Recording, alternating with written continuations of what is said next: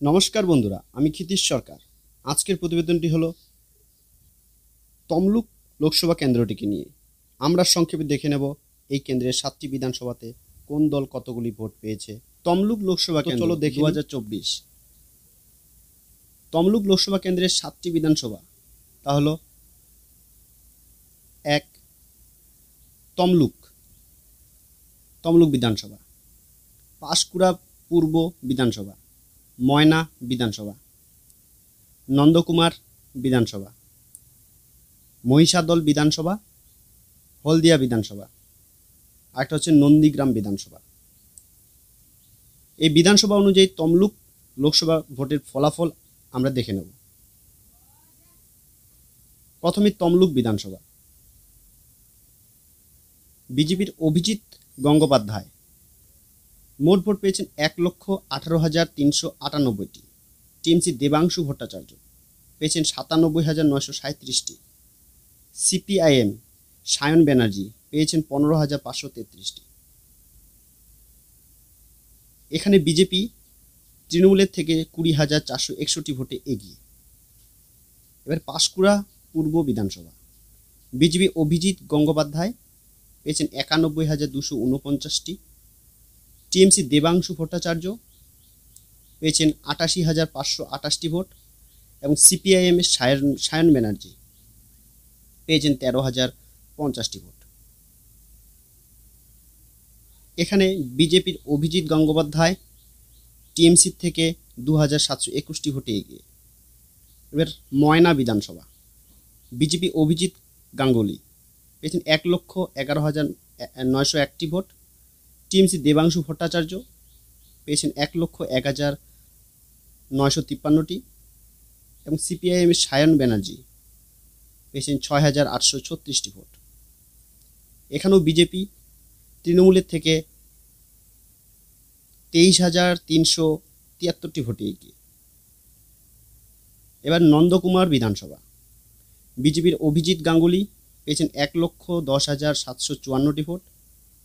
TMC Debangshu Bhattacharya পেয়েছেন 1,02,811টি vote এবং সিপিআইএমের সায়ন ব্যানার্জি পেয়েছেন 12,144টি।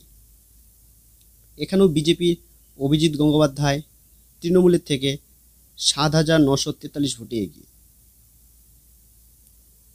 এবারে মহিষাদল বিধানসভা। বিজেপি অভিজিৎ গাঙ্গুলি পেয়েছেন 1,05,999টি।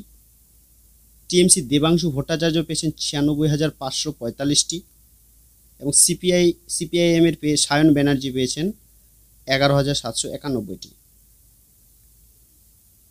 এখানেও বিজেপি তৃণমূলের থেকে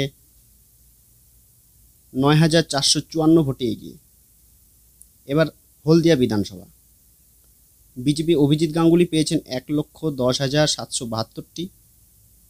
টিএমসি দেবাংশু ভট্টাচার্য পেয়েছেন 92,271টি ভোট এবং সিপিআইএমের সায়ন ব্যানার্জি পেয়েছেন 17,846টি ভোট।